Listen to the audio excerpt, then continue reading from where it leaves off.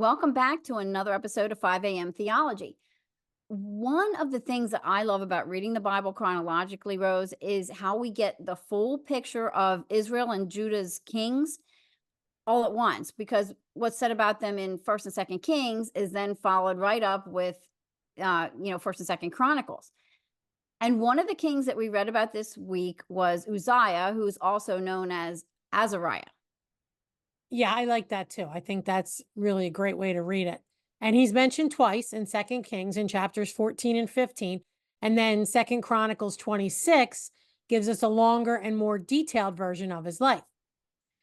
Uzziah or Azariah followed the Lord most of his life, and God gave him success and made him powerful.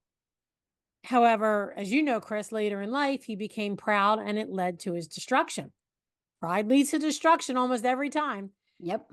He burned incense in the temple, something that only the priests were supposed to do, and God struck him with leprosy. From then on, he lived in isolation, and worse yet, he was banned from worship because he couldn't enter the temple. Remember, when you had leprosy, you had to be isolated. Yep.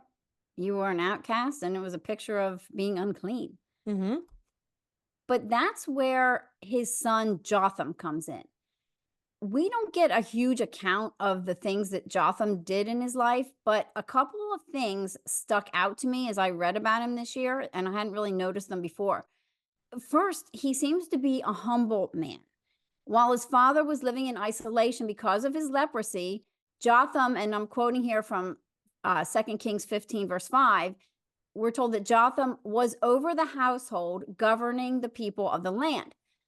Jotham stepped in and did what was needed without fanfare and without taking over the kingship. And we know that he didn't take over the kingship at that time because it says he didn't become king until the second year of Pekah, king of Israel's reign. And that means that Jotham wasn't made king until after his father Uzziah died.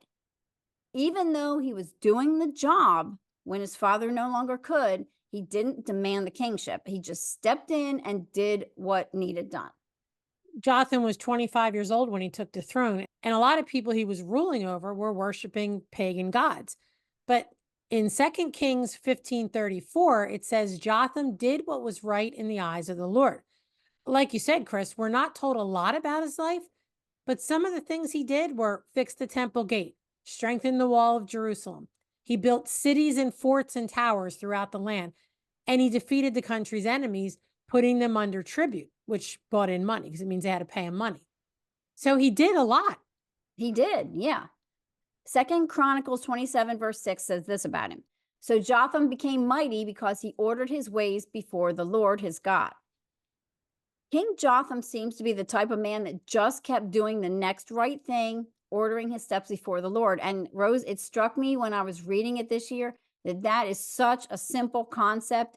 And it's not only simple, it's one that's of utmost importance, but it's so simple.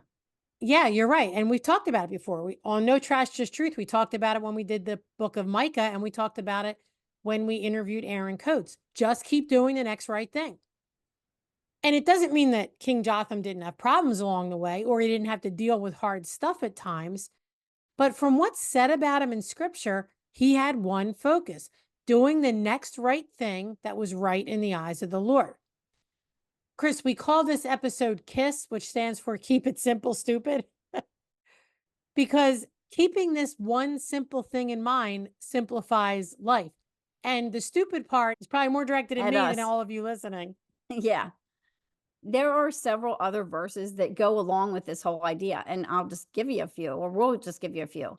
Proverbs 3, 5, and 6 says, trust in the Lord with all your heart and do not lean on your own understanding. In all your ways, acknowledge him, and he will make straight your paths.